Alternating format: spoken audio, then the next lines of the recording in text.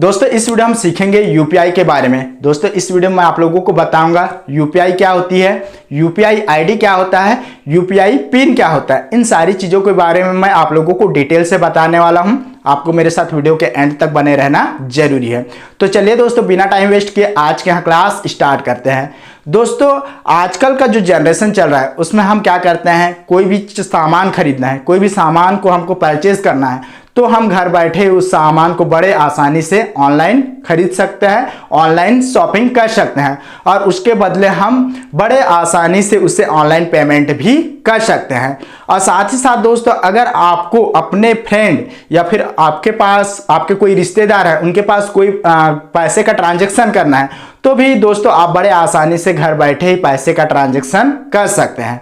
तो ये सब किसके माध्यम से संभव है, यूपीआई के माध्यम से। ठीक है, तो यूपीआई का यूज करते हुए हम कोई भी सामान को परचेज कर सकते हैं और उसके बदले ऑनलाइन पेमेंट कर सकते हैं और साथ ही साथ हम अपने फ्रेंड्स या रिश्तेदार के पास बड़े आसानी से पैसे का ट्रांजैक्शन कर सकते हैं। ठीक है, यूपीआई का पूरा नाम होता है unified payment interface. Unified payment interface, अगर आप इसका हिंदी में मतलब निकालेंगे तो इसका हिंदी में अर्थ होता है एकीकृत भुगतान इंटरफेस।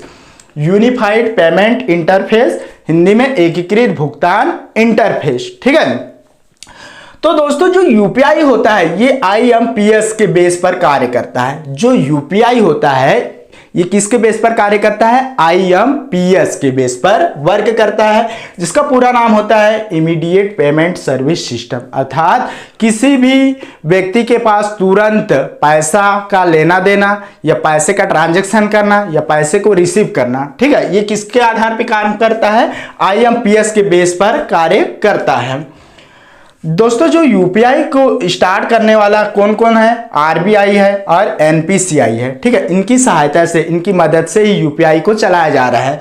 आरबीआई का फुल फॉर्म होता है रिजर्व बैंक ऑफ इंडिया और एनपीसीआई जिसका मतलब होता है national payment corporation of India. ठीक है, ये क्या करता है, एनपीसीआई और आरबीआई क्या करता है, आपके पास जो भी ऑनलाइन पेमेंट किया जा रहा है, आपके द्वारा जो भी ऑनलाइन पेमेंट किया जा रहा है उस पर निगरानी करता है, उस पर निगरानी रखता है।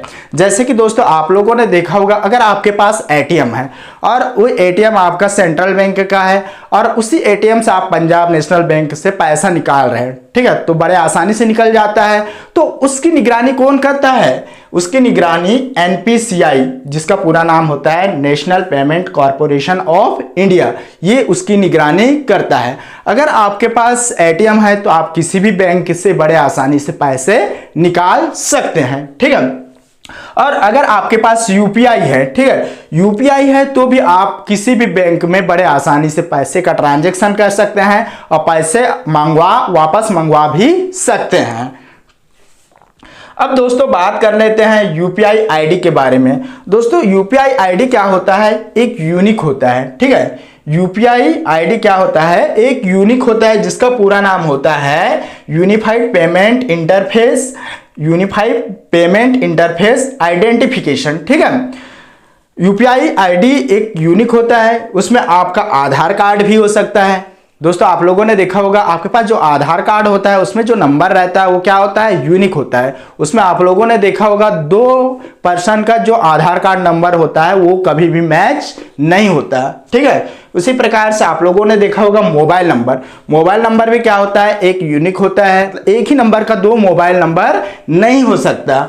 इसी प्रकार से आप लोगों ने देखा होगा आपके पास जो ईमेल एड्रेस होता है, ठीक है, ईमेल आईडी होता है, उसमें इस तरह का आप लोगों ने देखा होगा इस तरह का भी आपके पास यूपीआई आईडी मिल जाएगी। ठीक है, जैसे यहाँ पर मैंने एग्जांपल दिया है raj@sbi। ठीक है, तो जो यूपीआई आईडी होता है वो एक आधार कार्ड भी हो सकती है, आपकी मोबाइल नंबर भी हो सकती है या फिर आपके पास जो ईमेल एड्रेस है उस टाइप दिखने वाला नंबर भी हो सकती है। ठीक है, ये तो हो गई यूपीआई आईडी के बारे में बात।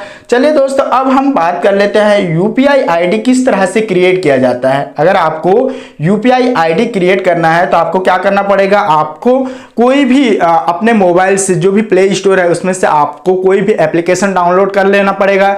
जैसे कि आप लोगों ने देखा होगा फोन पे हो गया या गूगल पे हो गया, इस तरह के कोई भी आपको एप्लीकेशन डाउनलोड कर लेना पड़ेगा। उसके बाद दोस्तों वहां पर आपको आधार कार्ड नंबर मांगेगा या फिर मोबाइल नंबर मांगेगा, ठीक है। तो दोस्तों उसमें आपको जो भी जानकारी मांगेगा उसको आपको फुलफिल करना है, या फिर आपके पास जो एटीएम रहता है उसका डिटेल भी मांग सकता है। आपके पास जो एटीएम है उसका डिटेल भी मांगा जाएगा, उसको आपको सबमिट करना है, वहां पर आपको डालना है, तब जाके आपका क्या बन जाएगा, यूपीआई आईडी बनेगा।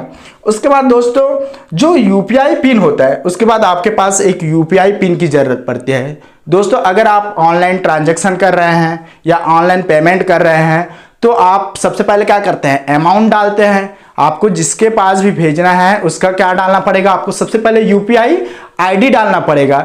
यूपीआई आईडी डालने के बाद दोस्तों वहां पर आपको अमाउंट पूछेगा, आपको कितना पैसे उसके पास ट्रांजैक्शन करना है या फिर आपको कितना पैसा आपको ऑनलाइन पेमेंट करना है उसके बारे में पूछेगा। आपको वहां पर एंटर करना पड़ेगा, वहां आपको जितना भी रुपया डालना है वहां डालना पड़ेगा। उसके बाद दोस्तों वहां पर आपको क्या पूछेगा, यूपीआई पिन, ठीक है। जो यूपीआई पिन होता है उसको आप पर्सनल अपने हिसाब से बना के रखते हैं। वहां पर आपको यूपीआई पिन पूछेगा जिसका पूरा नाम होता है unified payments interface personal identification, ठीक है। Unified payments interface personal identification, वहां पर आपको यूपीआई पिन पूछेगा जो कि 4 या 6 डिजिट की होती है, ठीक है। दोस्तों आप लोग अगर फोन पे का इस्तेमाल करते हैं तो वहां पर आप लोगों ने देखा होगा जब भी आप पैसा डालते हैं उसके बाद आपको वहां पर यूपीआई पिन पूछा जाता है। तो दोस्तों वहां पर आपके पास जो भी यूपीआई पिन होता है उसको आप डालते हैं, उसके बाद आप क्या करते हैं, सेंड करते हैं। और दोस्तों जो यूपीआई पिन होती है वो मैक्सिमम 4 या तो फिर 6 डिजिट का हो सकती है। ये आपके ऊपर डिपेंड करता है कि आप यूपीआई पिन को 4 डिजिट का बनाना चाहते हैं या फिर 6 डिजिट का, ठीक है।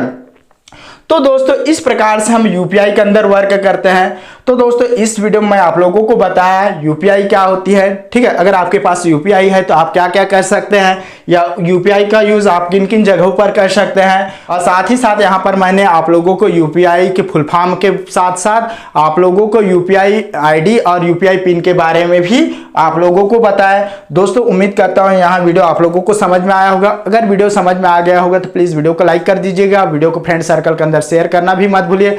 और दोस्तों अगर आप चैनल में नए हैं तो प्लीज आप मेरी यूट्यूब चैनल को जरूर सब्सक्राइब करिए और साथ ही साथ बेल का आइकन को भी दबाना मत भूलिए ताकि मेरे आने वाले वीडियो का लेटेस्ट नोटिफिकेशन आपको सबसे पहले मिल सके। तो दोस्तों आज के लिए फिलहाल बस इतना ही, कल फिर एक नए वीडियो के साथ मिलेंगे। तब तक ले नमस्कार, जय हिंद, वंदे मातरम।